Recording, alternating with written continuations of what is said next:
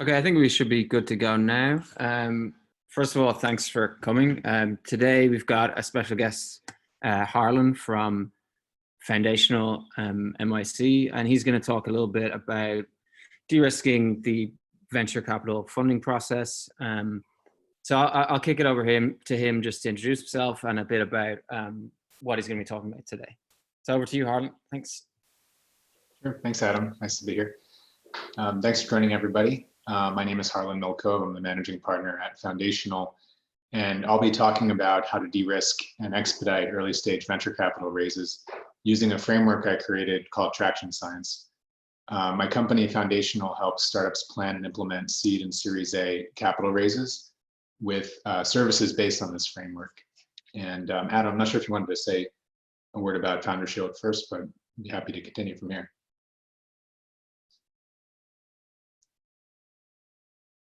Yeah, sure. Actually, I forgot to. Rachel, my bad. Sorry, Rachel. She's also will be here to answer any questions you have related to insurance or anything like that. Rachel, do you want to give just a bit about Founder Shield and yourself as well?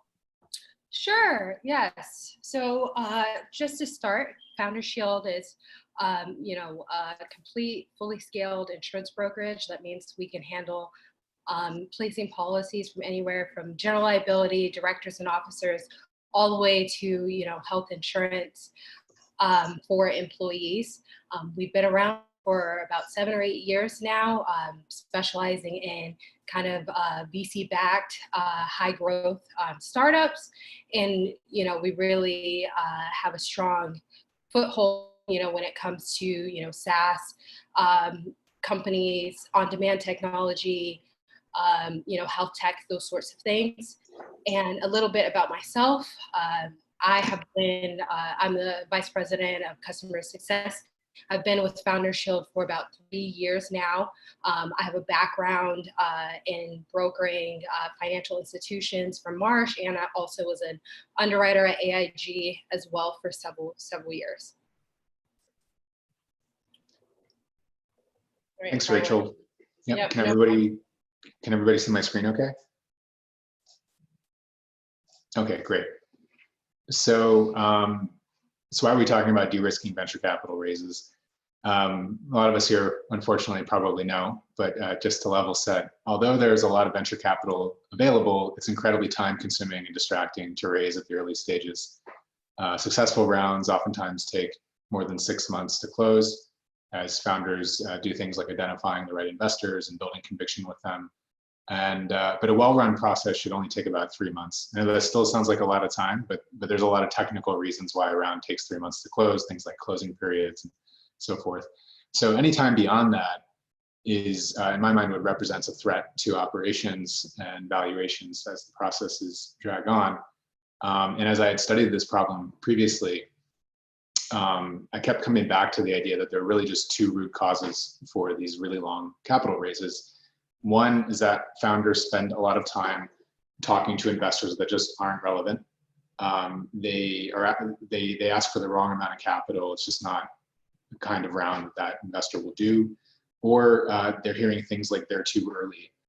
And founders also approach the process without all the pieces in place for it to be efficiently run.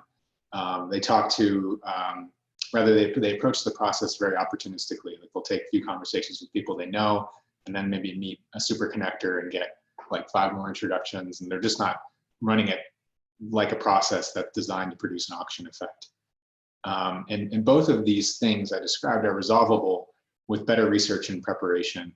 Not to say it makes raising capital easy, but it certainly makes it faster.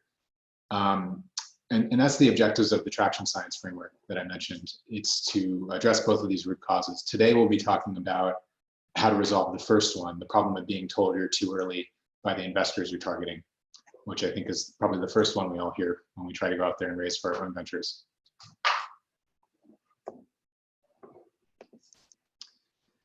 So just a little bit of data around this problem space. It's always been challenging to raise early stage rounds. I don't have this updated through Q1 of this year. I'm sure we're all interested to see what deal volume and valuations will be looking like over the next couple of months. But in recent years, the trend has been this kind of flight to quality from investors looking for later stage maturity from companies, even at the seed stage. Just between 2019 and 2018, deal size was up 25% and volume dropped about 25%. And I think there's a few drivers of that, and I'm sure the dynamics will change over the coming months. But one is that investors generally look for larger deals as their assets under management grows. And we'll talk more about how funds look for deals appropriate for their fund size shortly. LPs, the investors of investors, they're being pretty choosy as well in this climate. They're looking for proven fund managers, and it takes many years to prove yourself as a fund manager because startups take a long time to exit. So first-time fund managers that are generally going to be backing seed stage companies in their first funds, it's just harder for them to get going. And I think, again, another interesting macro trend from 2019 is there are a ton of IPOs last year, and that is oftentimes liquidity that comes back into the startup ecosystem. And unfortunately, it'll be probably a little bit longer this year to see how that really plays out. But there was a glut of IPOs prior to 2019. So I think those are all things kind of driving this. And one of the consequences of all of this is that you see things like funding crunches. One that's relatively well documented is called the Series A crunch. It's a trend where 30 out of 100 seed stage companies, those are companies that get seed stage backing, don't raise a Series A. And naturally, there's some fall off between rounds. Companies get acquired early, or they just don't survive because they're still kind of in the proof of concept stage at that point. But still, it's a pretty shocking amount of follow-up just at that one stage. We're talking about an 18-month horizon typically between a seed and an A. And the question is, why does this happen? And I think simply put, it's just that the startups aren't meeting the expectations of their investors or their prospective investors. There's expectation management problems, search friction problems. And I think that begs the question that we should all be interested in answering, which is, what do VCs expect? Why is this, like when the seed stage investors come in or the pre-seed investors come in, why is everybody getting surprised just like a year and a half later to this degree of magnitude? And I think usually people talk about product market fit at this stage. This is the shortest description I could find, the one that would fit on a slide that I think people would relate to. But there's more than that, because if you think about what product market fit really means, let's break this down into lean startup type terms, which I think are pretty commonly accepted.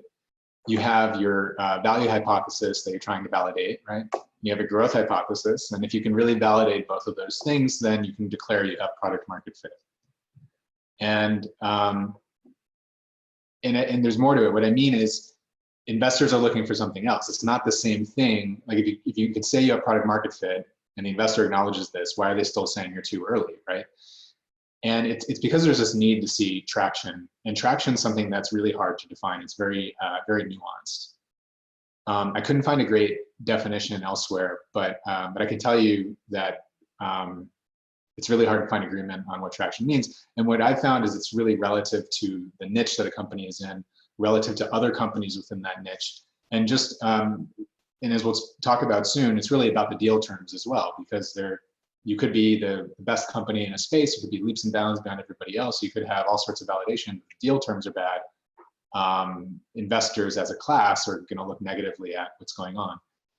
So what I'm really trying to get at here is VCs are professional investors, and they have a very specific set of things they look for. And in fact, they're under a mandate to only look for those things because they're held accountable to their investors. And that's one of the things we'll explore as we dive into this problem a bit more. A little bit more about myself. I've been a co-founder at a couple of venture-backed companies, a background in market data as well. And that's really what informs my view in this space here.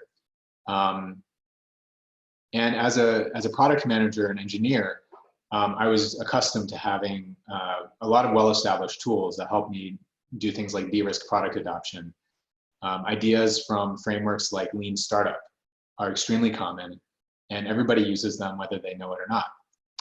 things like the concept of an MVP and split testing were really popularized in that book, which came out, I think, like 2010, somewhere around there. But interestingly enough, in any of these frameworks, lean startup included, there's not a single word about venture capital, but startups rely on that for the most part as well. So there seems to be a real kind of gap in thought leadership around how to think about venture capital in the context of product development.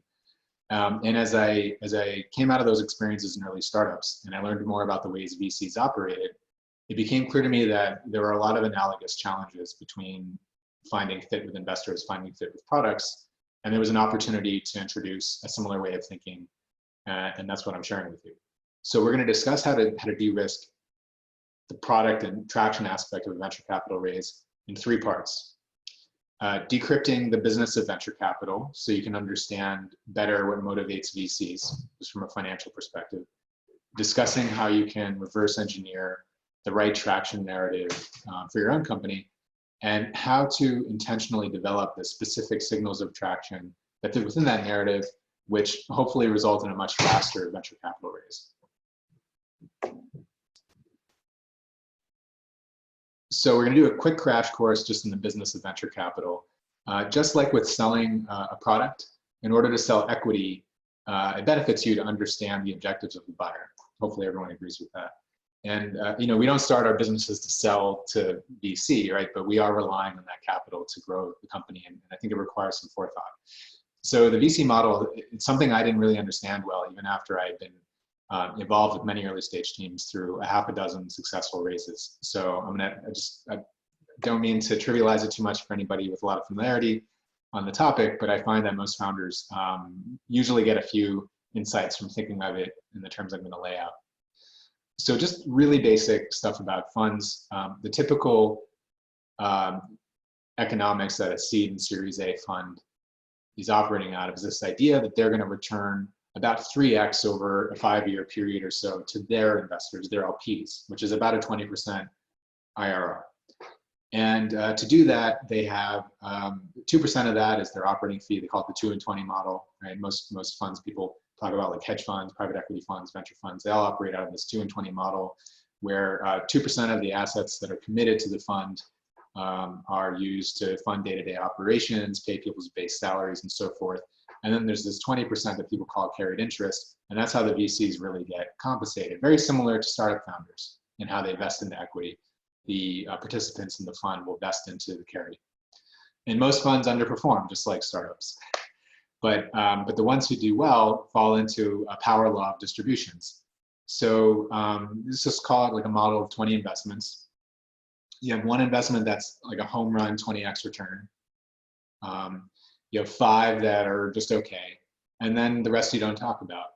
So you can see that in terms of outcomes, the fund is very heavily tipped towards the outliers, right? And just to kind of visualize this as a pie chart, you can see how important that one home run outlier really is. And just to illustrate it further, this is some data that was being sent around late last year. What's being shown here is that in the blue line, the percentage of dollars that yield a 10x return very, very closely follows the fund performance overall of the industry. So it's really only the home runs that matter to investors, and that's why investors are so selective with the deals they look at. They're really just trying to pick out these true outliers, and it's all about framing it in terms of being an outlier. So to think about what deal terms are through the lens of their model, similar to startups, VCs raise a new fund about every 2 years, and they'll do about 10 to 20 deals a year. That home run is what people oftentimes call returning the fund, right? And so the deal has to, if we're talking about 20 investments out of a fund, every single one of them to look the way I described, to fit that 3x over a 5-year model, 20% IRR, with the amount of failure that we've discussed, which is pretty commonly accepted as an industry average, the home runs need to be able to return the fund, is what I'm getting at. And to do that, obviously the portfolios seek diversification. And so they'll write about 1 to 2% of the fund as an initial check.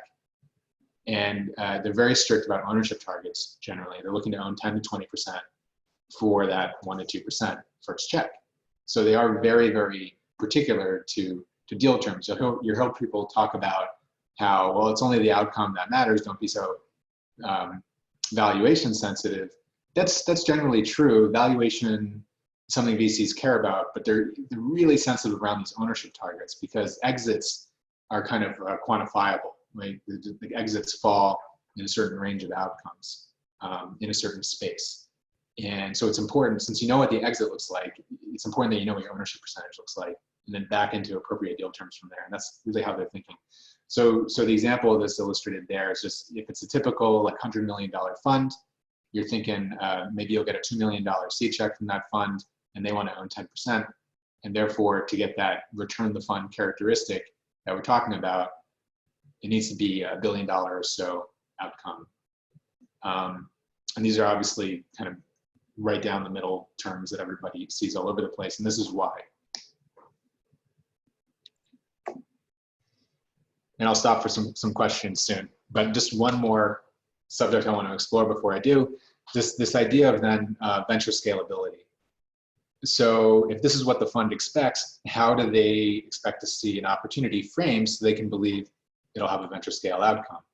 Which simply put just means relevance to the investor and their fund.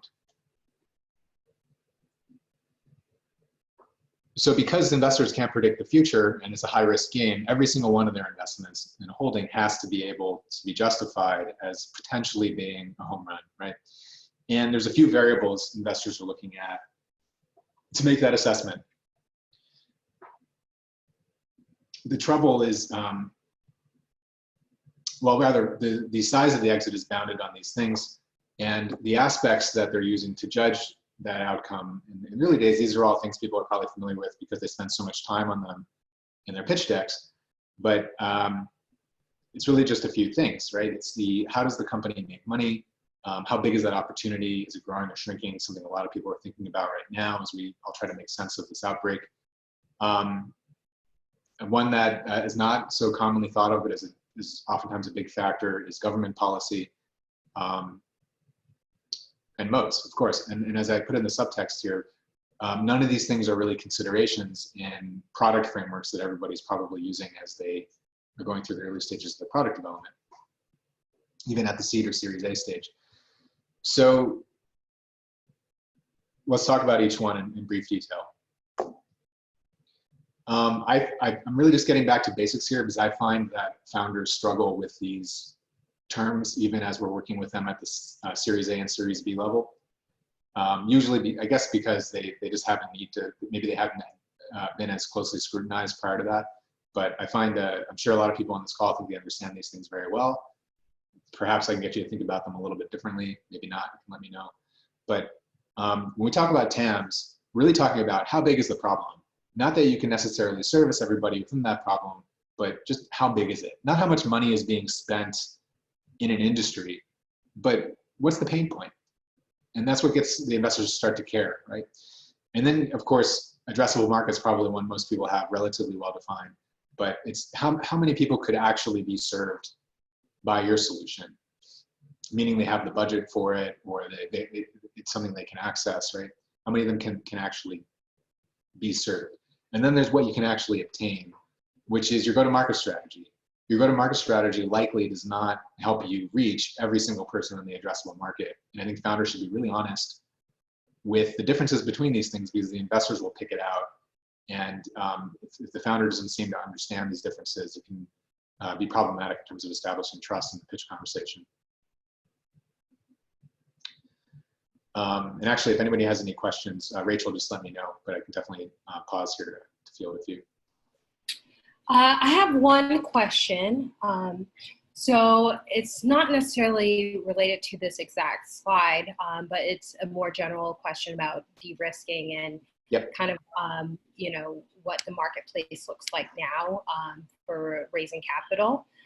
Do you feel as though there are certain industries that are more attractive or less attractive to investors at this current moment, given the COVID-19 landscape?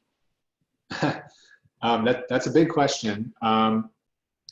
The short answer is I don't know, but I'm also speaking with a lot of investors and the startups we're working with and so forth to try to figure this out. I did see some survey data yesterday that a good degree of funds are planning to change their focus as a consequence of the current environment, but that's like half, and then the other half are looking to double down or stay the course. And I mean, there's all sorts of different ways you can rationalize it. I mean, investors generally like to be contrarian, so they want to invest in things that other people aren't looking at. So, you know, like Airbnb, I believe, just announced $1 billion in financing very recently, like in the last week. And I bet you the investors that came in got a really, really good deal for that, right? So it might seem counterintuitive that somebody would want to back a company like Airbnb right now, given that there's like no travel. But if you believe that the economy will return to normal before Airbnb exits and they'll fully recover from that, then you know, that's going to be a good investment. And then, of course, there's investors that are saying, wow, there's a number of new opportunities that are emerging from this. Just to name one, maybe like remote learning, right? Like the idea that a K through 12 student would be in the United States would have a sufficient amount of or a large amount of their education coming from remote courses was kind of inconceivable a few weeks ago. And now, lo and behold, everybody's doing it. Of course, there's going to be some return to normalcy, but everyone will have had a taste of a new model. And maybe that's something that maybe that opportunity is suddenly like 10 times bigger than it was before. And therefore investors want to get there before other people do. So I think there's a way to rationalize kind of doubling down on spaces that seem to be in dire straits. And then there's obviously perhaps a need to look for new opportunities. And honestly, I think a good fund should probably be doing both. All right, I have 2 more questions. Okay.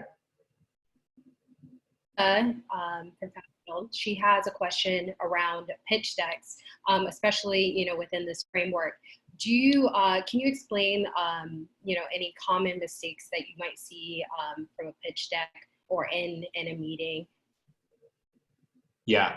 Yeah, and in fact, we're going to go through some kind of tactical things about how to talk about these points. But just to respond to that directly, a very common misstep is people have problem statements that are kind of tautologies. They just like the solution, like, you know, the problem is nobody's created the solution we have, right? That kind of problem statement doesn't, you know, it's better if the 2 thoughts are separate from each other, and we're actually going to address that head on in the next slide. And another problem is talking about the market opportunity in terms of how much, like, really just thinking in too limited of a way, talking about the amount of money maybe currently being spent in an industry. It's maybe not, it's certainly good to know those numbers. I'm not saying ignore those numbers, but if you're introducing a new capability into a space, then perhaps there's money that will be spent there that's not currently spent, and you're really putting yourself in a box of being in too small of a space. What those big industry level numbers do help with is just getting past the argument that the space isn't big enough to be interesting. Like if there's $0 being spent in a space, maybe it's hard to convince someone that $1 billion will soon be spent in a space, right? But I think founders should really think outside the box a little bit. We're going to go through some really tactical ways to do that as well. So I'm just going to, maybe we can revisit that question in a couple of minutes if I don't do a good job of explaining it. So I just want to start with we're going to talk about a couple of key parts of the pitch deck and how these can be kind of punched up to better speak to these venture scale outcomes. And I can assure you that pretty much every company we've ever worked with makes improvements in all of these areas. So these are things that even companies that feel really good heading into a Series A, I'm sure that you're going to pick up at least something here. So my thoughts on problem statements. There's a few like check the box things I like to see, and I think it'd be a good idea if you hit all these too. Obviously, it should sound big but contrarian, because if it's something everybody's already heard about, they're probably fatigued of it. Maybe they question whether there's really room for an innovation. So this really needs to sound insightful, this whole slide. And some of these traits are, it really should describe the customer. Like one big problem I see in a lot of problem statements is they'll talk about how much waste there is across like a whole country, or how much usually waste, right? Like how much time is being spent on something, but it's not at the unit level. It's not about the person or the entity that's going to make a buying decision, and it makes it just really abstract. So instead of talking like how many trillions of dollars a problem is here, perhaps talk about how much the buying entity suffers, and you could even quantify that further here by alluding to what the TAM will be later, right? You can say how many such people there are like that, for example, how many such companies there are like it, or how quickly that space is growing. This could be exacerbating the problem. And just to restate what I told Rachel and the person who asked the question a moment ago, don't describe the solution here. That's what the next slide's for, the solution slide. Just talk about the problem, because otherwise it gets very circuitous, and you're just wasting, in my opinion, wasting real estate that you could be using to really explain how insightful you are about the problem space. And as a tip here, for someone that hasn't really thought about their problem statement before, you probably have a good sense of what your vision is for the world.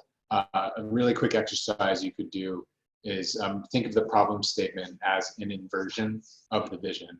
Meaning, like, if the whole world should be, if all K through 12 students should be learning remotely, what's the problem? Like, why do they need to do that? And so the inversion of the vision would be a great problem statement, a good place to start. So just a quick example. I actually made this up.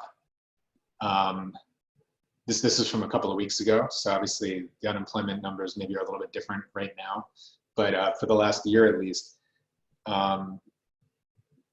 yeah, I actually just pulled this out of thin air and I looked it up, and it turns out to be true that despite there being more job openings than ever, college grads are disproportionately unemployed.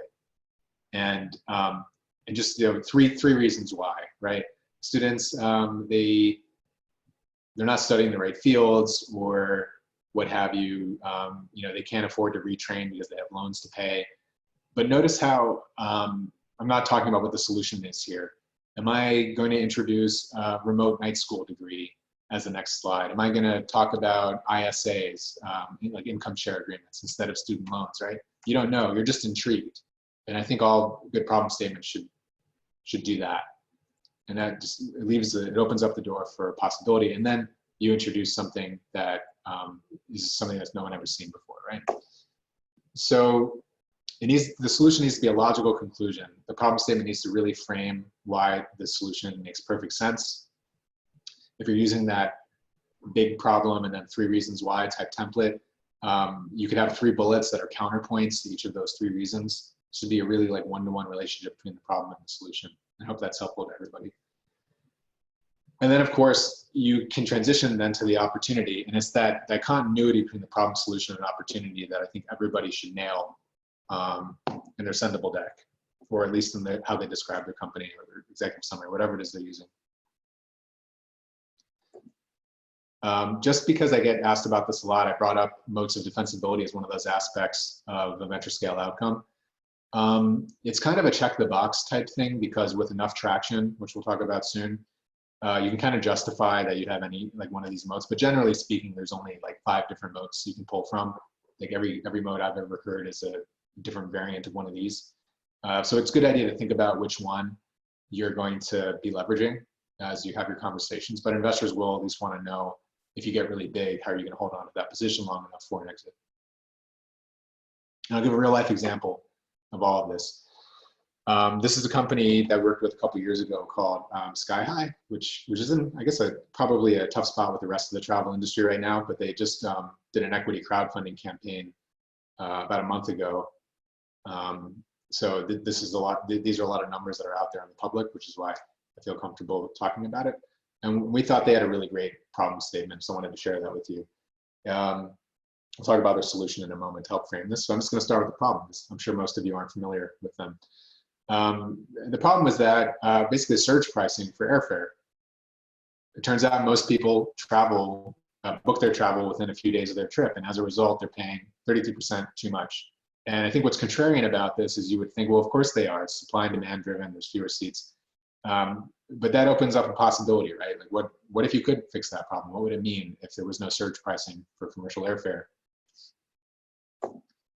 So what they did to do that is they introduced a subscription model where you can be a member to a smaller marketplace, smaller than the total travel marketplace, where you can get consistent pricing on tickets. And they can do this because they have algorithms that are able to make purchases and help, because they have predictable routes in their system and all of that, they can control for the surges for their members. And the transition to the opportunity then is, well, one could argue this sounds very niche. How big is this problem? And that's where I wanted to talk about how to think about TAM, SAM, and SOM numbers in the context of a problem and a solution. So you'll notice how the TAM is all flights booked within 7 days of a trip, not all travel that occurs, right? We're only talking about surge pricing here. It would be unfair to talk about the whole travel industry, which I think is a problem a lot of folks make, is they're really out of tune with what their solution really addresses. But not everybody that books within 7 days actually cares about surge pricing, because maybe they're just not incented to do it, or they buy it through another means, right? So what they're really trying to frame this problem around is OTA, or online travel agency shopping, like Kayak and Google Flights and things like that. Those are the comparison shoppers, people that spend a lot of time looking for the best price and are maybe confused or spend too much time trying to do the selection last minute. And then the SOM, that's their secret sauce. That's proprietary research for the company, so I can't go into it. But the hint is that it's less than the number of OTA shoppers. And it would be, and it will be, until maybe they introduce some new feature that unlocks a bigger part of the addressable market for their go-to-market strategy, right? And that's how I think people should be thinking about it. Not that the SAM is unattainable, but that with their current go-to-market strategy, they haven't yet quite been able to address the whole addressable market. So actually, maybe I'll stop again, just in case there are any other questions about how to frame the problem solution opportunity. And then I want to segue into, well, then how can you talk about traction in the context of all that relative to what stage you are in your fundraising process? Great. Thanks, Harlan, so far. Okay. We have a few more questions. Sure. One is really fitting. You know, you were speaking about TAM. Specifically for online businesses, online, can you explain what you use as a differentiating factor between the SAM and the SOM? Yeah, and I lost the middle part of that question. Can you repeat it, please?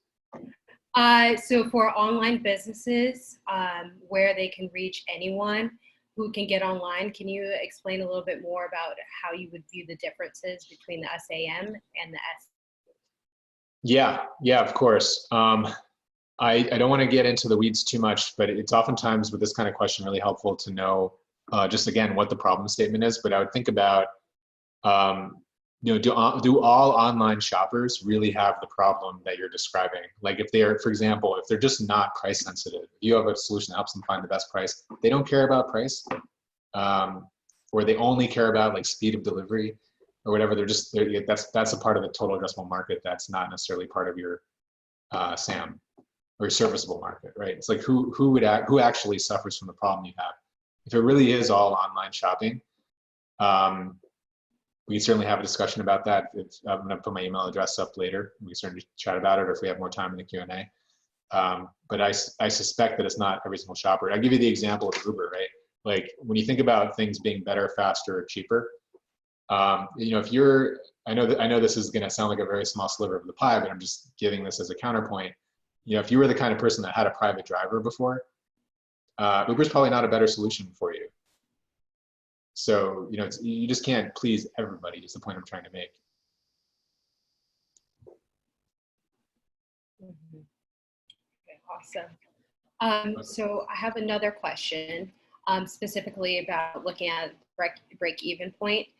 Would you consider it as a good threshold point for raising a Series A round, or is hitting that? Sorry, I lost the last few words again, Rachel. Sorry. So this question is about the break-even threshold. Yes. So Is being break even a good threshold point for looking to raise the Series A round, or is that threshold not necessary to hit at that point? It really doesn't come up. I think as an operator, I think it's always good to know what your plan to get to operational break even is. But in a context of an investor conversation, it's really just about getting the amount of financing you need for the outcome. So usually you also have to explain why you need venture capital. If you're operating at a profit, why would you raise venture capital? Why don't you raise another kind of financing? So there just has to be a really good narrative for why you need the venture capital as well. Believe it or not, investors really do care. It might look like a really good opportunity to them, but they are going to question, why it's a good fit for their dollars if you might have other options available to you. Awesome. We have a few more questions, but I'll just kind of hold Sure. to the Q&A. Yeah, I'm going to try to kind of blow. This next section is really about just a better mental model for how to think about traction, which I think might address a few of these questions. And we're going to kind of blow through this question through this section just to get people to think a little differently, and then spend a little bit of time on some tactical things like the last section, and then open it up for Q&A. So now that we've talked about the investor profile, like the customer persona of an investor, how to position an opportunity to kind of fit into that model, you have to prove it's believable. And that's what I think people mean when they talk about traction. So I mentioned I didn't see a great definition of that anywhere else, so I've always carried this around with me. But it's the story of why you're going to have a venture scale outcome from an opportunity, and typically you tell that story through trends. And again, just to level set, trends something statistically measurable. And a lot of times people use charts for that. So I'm going to give an example of a few different charts that I think really open up this conversation. So really briefly, I'll give one like deep tech example, and then maybe like more of a classical engagement example, and then maybe some like product engagement type example, and then maybe some that people haven't thought of before. But this is one of my favorite charts about solar technology. What it's illustrating is that there's this law. It's kind of like Moore's law, but they call it Swanson's law. And that's for every doubling of supply of solar panels, you have a reduction of cost of 1/5. And something you can really model around. So like in the 70s, solar energy was a joke. Like, science nerds thought it was pretty cool, but no one would ever use it for anything because look how expensive it was per the unit of energy. And then, of course, in this chart's a few years old. Now we're talking about solar energy being competitive. Although with oil prices the way they are, hopefully, it's maybe a temporary low. But generally speaking, now you're at price parity with alternative energy coming from solar panels. So if you have a chart like this, and you can really explain why now for your technology, right? Trends are suddenly in your favor. This is now all of a sudden the best solution out there, and you have the IP around it, or you're best positioned to benefit from it. Want to move along to, I think something a lot of early stage companies should be looking for. I know these are late stage examples, but what these are, they're well-known examples from like, product management lore of predictive indicators of retention. So the idea that you can predict how great the users you're acquiring are, and you're acquiring them very quickly, and you still don't have that many of them because you might be an early stage company. But you can argue that by studying the data, you can show that the customers you're acquiring for a certain price are really worth it because look how engaged they are. And it can give investors a lot of confidence that right now is the right time to back the company. I'm going to move along a little bit to different concepts. I think this is a good one to think about too. Another like early sales type idea. This one is from a company called Lemonade, which sells AI-backed insurance at the time to renters mainly. I think now more to homeowners. And this is from around the time of their Series B. And what they were trying to say was they had hit an inflection point with their early customer acquisition, where before a certain date, they only had captured less than 1% of people buying their very first policy. So look at how they're segmenting all of the data. They're not talking about insurance buying activity as a whole market, but just about first policies, under the idea that insurance customers are really sticky. So if you look at just first policies before a certain date, less than 1% of the market, and now look at them. Now they're getting 27 or 28% of that market. So whatever they're doing is really working. So you can almost imagine that behind the scenes, they probably didn't have a lot of great volume of data, but they had a good control group of data or from an experiment, and they were showing that they were just really nailing the value proposition. That's likely the kind of conversation they're having at this point. And I think give one more example and then move on again. I just realized a lot of the slides in this presentation are about industries really getting hammered right now. But we'll give another one. This is about the change in workspace that was coming. Everybody knows that co-working is a model that was really growing very quickly. JLL had a report that came out about a year ago that said in the near future it's going to be something like 30% of all office space. In case anyone's wondering, WeWork was only projected to have about 5% of that space. But the idea is like, well, how does the operating model for real estate change with the way the industry's adapting to that model? And you can see that the square footage is going down per person, and since it's more flexible, perhaps they don't really touch on that in this graphic. But the idea is, if you're factoring the space better, then you can charge more for each square foot, right? I think everybody realizes that. And then, of course, what's in it for the operators? They have even less vacancy as a result. So I'm gonna move past this section here, but I just want people to think about what center of traction, and I'll summarize these. We call these the centers of traction, but the idea that there's technology, and you can talk about traction that way, or product, right? Or in this case, operations or sales. And it's which one of those you're going to latch onto. And we'll talk about how to identify the right one and how to talk about it in the next section. And that's really what this framework I was describing is about. I'll try to do this really briefly because I know people have questions. But traction science, it's a scientific method. And the idea is to identify what traction narrative makes sense for your venture at your stage and help you put the pieces in place to avoid that too early question when you actually go out there for your raise.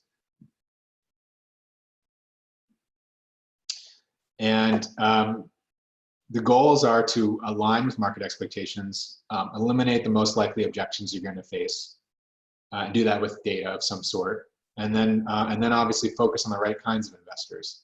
So you can think of it like other kinds of scientific method feedback loops you've seen, in the sense that you're going to do this in terms of milestones, like traction milestones. You're going to put a stake in the ground, identify a milestone, really question the assumptions around that, just like an investor would when they're hearing about your venture for the first time. Intentionally stress test those assumptions, and then get some kind of feedback from the investor or the prospective customer, right? So really briefly, identifying milestones for your kind of venture, it's really about analogs.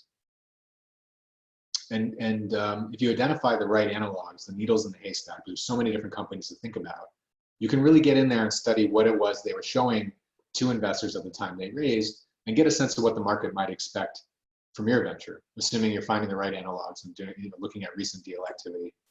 And a really simple model for this, and we use this in our work, and it's pretty simple, but the idea is to think about startups in terms of these three ingredients. These are like the primary colors for startups, meaning that like no two startups really have the same definition for all three of these things. You kind of mix and match them, and probably a fun exercise would probably keep two things the same and change the third and see if it sounds like a different startup. And I'll give an example of that. This is a company that's big enough now where everyone will have heard about it, which is why I'm using it in the example. But what I like about this company is that it's a clear delineation between what's innovative and how they've chosen to wrap that up into a product experience or the interface, and how they're bringing it to market. And for anyone trying to figure this out, I was thinking of Zipcar when I wrote this, but there's a lot of companies kind of similar to it. And Zipcar, of course, was acquired many years ago now, I think 2013.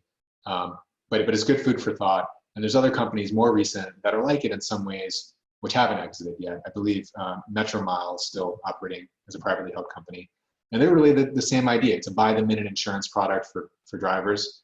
It's really the same device. It's just a retrofit device connected to a cellular network, same interface the mechanics use to get access to odometer readings. But instead of a car rental scheduling system, they wrapped it up in an insurance product and then put a different model around it. So I just wanted to give that as an example. So if you think about what your innovation is, or just even your interface, and how you're bringing it to market, how you're pricing it, and all that, you can pretty quickly sift through venture capital activity in recent history, and then study that. So an example I'll give, companies some New Yorkers have probably had some experience with, but MealPal. We're going to talk about a little bit about what they do, and then what we can learn from looking at their Series A disclosure that came out a couple of years ago. So MealPal is basically, it's kind of like a food delivery service, except you go pick up the food, and there's only one dish offered per day. So you pay, think about the typical use case being like an office worker in a big city. You might pay a monthly fee. For that monthly fee, you get to see what all the local restaurants are featuring as their one dish for the day, and you can just say, I want that dish, and go pick it up. And when you do that, you skip the line. You pay a slightly lower price than you would have if you just gone there. And what's in it for the restaurant is they can prepare this food outside of their rush hours, right? They can prepare like 100 sandwiches before their rush, and therefore actually generate more money as a business. And it's good for lead generation for them as well. So that's the big picture, in case anyone hasn't heard of it. And when we look at their Series A, there's actually a lot of really juicy details here. These are details that would be relevant to you if you're also maybe in the ghost kitchen space, or some other retail technology type space, or something like that. And we get a sense for their revenue target, right? The volume of business they were doing. They went from 8 cities. They're now in 8 cities and have 1 million lunches that they've served. It's probably rounded, right? But you can get a sense of their scale. And that's the point I'm trying to make. If you look at a sampling of these, you can really learn quite a bit. You kind of reverse engineer what a good traction narrative for your business might be, and try to find, like, okay, if this is what investors were excited about, given all these commonalities, what should I be doing? And doing this in advance allows you to start pre-marketing that with investors, or start testing things out. We'll talk about how to do that. So in terms of how to pick the right way to test an assumption around a traction milestone, I think so far you can follow me how you might find those metrics these companies are talking about, their milestones, and try to figure out which ones are right for you to align around. But then it's like, well, how do you test it, right? And I suggest a really simple tool for this called a pre-mortem. It's based on the idea, I think everyone here is familiar with a post-mortem, but it's just based on the idea that everybody knows why some big strategic objective will fail. They can probably list the 3 or 4 most common reasons why something will fail, but they don't normally think that way. And if they did, they could put in place maybe some stress tests rather now, as a way to kind of prove that whatever that big strategy is likely to succeed. And what I like about pre-mortems in the context of an early stage startup is that they're really good at emulating the way an investor is going to be thinking about something they hadn't heard about before. They'll think about, well, how are they going? Is this going to work outside of New York City? Well, MealPal was in 8 cities when they raised their Series A. That's a lot of cities that aren't New York, right? How many is right for you if that's a concern? So I recommend this. It's really simple. Just do this with everybody on your team. And when you combine all those thoughts, you can probably get a good sense of what investors might be thinking. And then, of course, going from that internal exercise to investor conversations is where that next iteration of proof point comes from.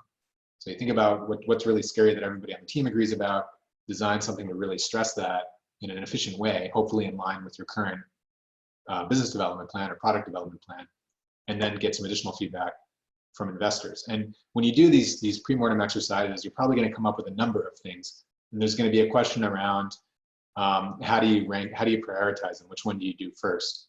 And that's where I would kind of think of it as an analog to your product roadmap that you already have. Think about, well, we're already planning to work on an area that kind of touches that assumption now or next month. So let's see if we can rethink how to do that implementation such that we are really proving that this is an assumption. And it's really a concept of like the volume of something. Maybe you should seek to get a few more users than you were expecting into something, right? Or maybe you should see if it'll work in 2 different markets rather than 1. And of course, you have to use your discretion not to be too distracted by trying something else. But it's probably a good idea to look for these opportunities, because investors will certainly be questioning these things later. And just as another tool to think about ranking assumptions, if you go through this process, is you can really align it to that innovation model I described before, in kind of in this way, where these were the centers of traction we briefly went over. So if there's a question about whether your technology really works, for example, you probably really want to prove that out. Whereas perhaps it's really more of a, organizational thing. Maybe everything here is really clicking. This is usually later stage companies are worried about whether they can really scale on the organization side. But maybe bringing in a industry expert sales leader, for example, is what's going to do the trick here if this is an area of concern. And lastly, there's a couple of simple ways to get feedback from investors. Some of these are probably obvious and maybe some of them you're not doing, but it's just really important to talk to outsiders before the time of your raise. You don't want to be surprised by common areas of concern when you're raising the capital. You want to do this ahead of time. So that's one area you can get some feedback. And of course, you likely have your monthly updates. Those are really great ways to get feedback. People will respond to those things and let you know what they think, and that's a way to see some validation along the way. And that's really what I wanted to conclude with. So I want to leave everybody with some really tactical things to think about as they are looking ahead a few months.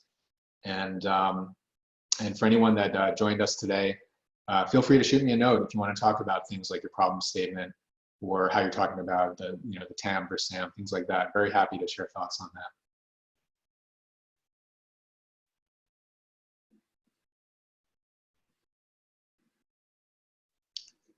Thanks, Rachel. Yeah, I know we have a few minutes here.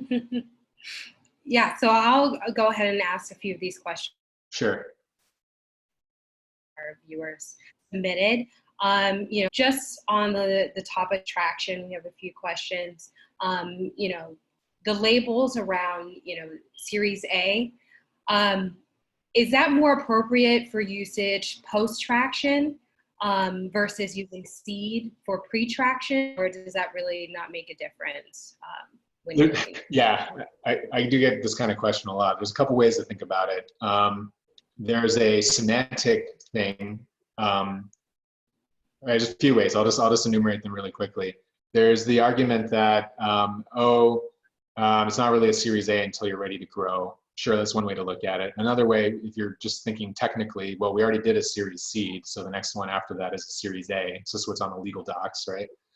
And then the third way to think about it is what kind of investor you're looking to attract. So if the investor is thinking, hey, I only do Series A rounds, you don't want to come at them with you don't want to call it like a bridge round or a seed round if you're trying to do a priced round and it's in that Series A territory.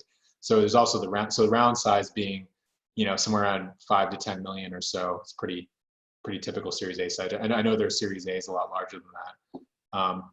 But I think the truth is, if you're trying to figure out what to call your next round, you can think about it in terms of have you achieved a major milestone since the last round of funding? And you can argue maybe we're ready for a Series A because we achieved some major milestone. And if not, you call it Series Seed Prime or whatever, Series Seed 2, whatever the nomenclature your lawyer recommends. I mean, that sets the right expectation. And these days, a lot of companies have multiple seed rounds. And I think given the macro condition right now, I'll probably see a lot more. Awesome, thank you. So this question is a little bit more around kind of the framework. In certain, startups, necessarily a new product that's solving a specific problem, but more so that there's introduction to the marketplace of new tech, right? That kind of moves the marketplace along. In those situations, given that it's not necessarily a direct solution to a customer issue, how would you kind of make it work? Just again, the last couple words there were how would I what? How would you kind of frame that when looking for funding within the framework? Yeah, so I mean, I commonly see this with pharmaceutical type companies where they're saying, their plan is to get to a certain stage of a proof point in the FDA process, and then they're going to get scooped up by a big pharma to take them to market. That's a very common playbook. Outside of that, we've also seen it in deep tech, building some I think in this case, this is what the person asking the question was alluding to, is they've created some new piece of technology. I think they have to talk about how there's going to be a big exit in like 5 to 7 years. So that might be, for example, maybe their plan is to get distributors or people like that to start carrying their product and push it to their customers. There needs to be some evidence that that's going to happen. And then when you think about those venture scale outcomes, it's really constrained on, the question is who's going to acquire it and for how much? And typically that's some kind of multiple on revenue. The difference here, again, I think the pharma example is a good point. Some investors are not, they're not buying you or investing in you because of the financial outcome. They're called strategic investors, and acquirers are oftentimes strategic in nature. They want to introduce a new capability that's important for their mission, right? So long story short, you have to somehow position that there's going to be an exit in a reasonable time frame. And if you can't, the traditional venture capital fund probably isn't the right kind of backer for you.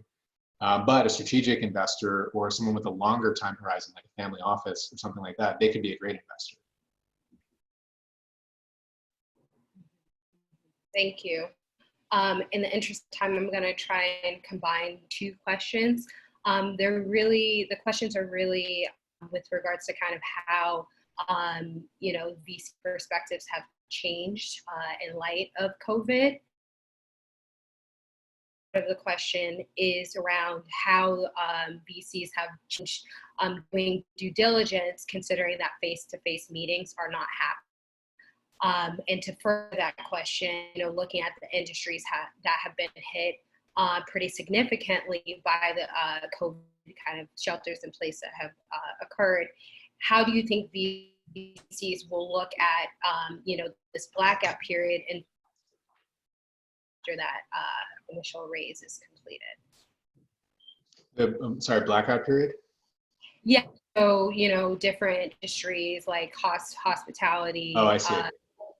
How have the perspectives of VCs kind of changed in terms of they're going to be looking for certain returns, right? Yeah, well, shift in the marketplace. Yeah, the expectations are, as long as the company has financing after the next round to survive through the expected downturn, it's really not a major concern. I think where the economic condition probably hurts the hardest for companies looking for Series A rounds, because their objectives were likely to ramp up revenue to a certain level before their raise. Whereas the seed stages still might not be that important for the pitch narrative, although it oftentimes is, but I'm just speaking in general terms. So, at the Series A level, honestly, if you are in one of those highly impacted spaces, my suggestion is to consider raising on a convertible note for a couple of reasons at this time, if you need capital like right now. And the reason I say that is it's not necessarily a good idea to price your company at the bottom of the market. And it seems to be that investors are expecting something like 30% haircut right now in valuations, which is in line with the rest of the market, meaning the public markets. So, it's not necessarily a good idea to raise right now. So that's a good reason to go to your existing investors and argue for a 6-month bridge, so that you can raise into more favorable conditions, and once you can sow resuming operations, right? In terms of if your existing investors can't provide that bridge capital, then this is what we're advising our customers to do. You can look at the universe of prospective investors, right? The players that are active that you've been tracking along the way, or if you're doing some research on that, the kinds of investors that appear to be active in your space, but that don't tend to lead rounds, because generally speaking, funds that prefer to lead the round, set the deal terms, they won't do convertible notes as a first check. So just focus your attention on those that only follow on in rounds. Oftentimes, those funds will come in on convertible notes. Oftentimes, they'll say we only participate alongside a lead investor, but you don't know that until you ask. But what I can say is the lead investors generally won't come in a first check on a convertible note. So see what the reception is in that community, and like I said, try to raise perhaps for 6 to 9 months of funding, under the idea that when market conditions resume, you can then raise the other 9 months of capital you were going to raise as part of that round from the lead investor, who will convert the note at that time. You know, the cold hard truth is that it's not the greatest time to be raising if you're in one of those industries where it's totally unpredictable right now. Awesome. Thank you. We have one last question.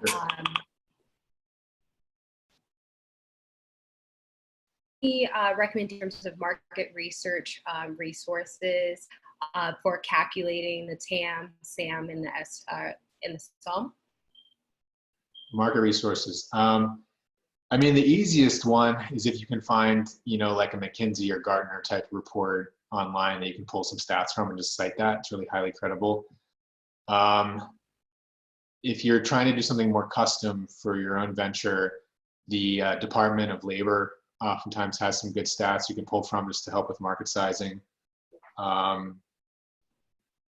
Honestly, if there was more specific kind of question, I could speak to it, but those are common sources we see being used. All right, awesome, thank you. So, I mean, thank you for all of our attendees and listeners for joining today. I just want to mention that Harlan and I will be having a webinar tomorrow at 1 p.m. Where we'll be, you know, looking at a effective risk management program and kind of what investors look for and what potential customers look for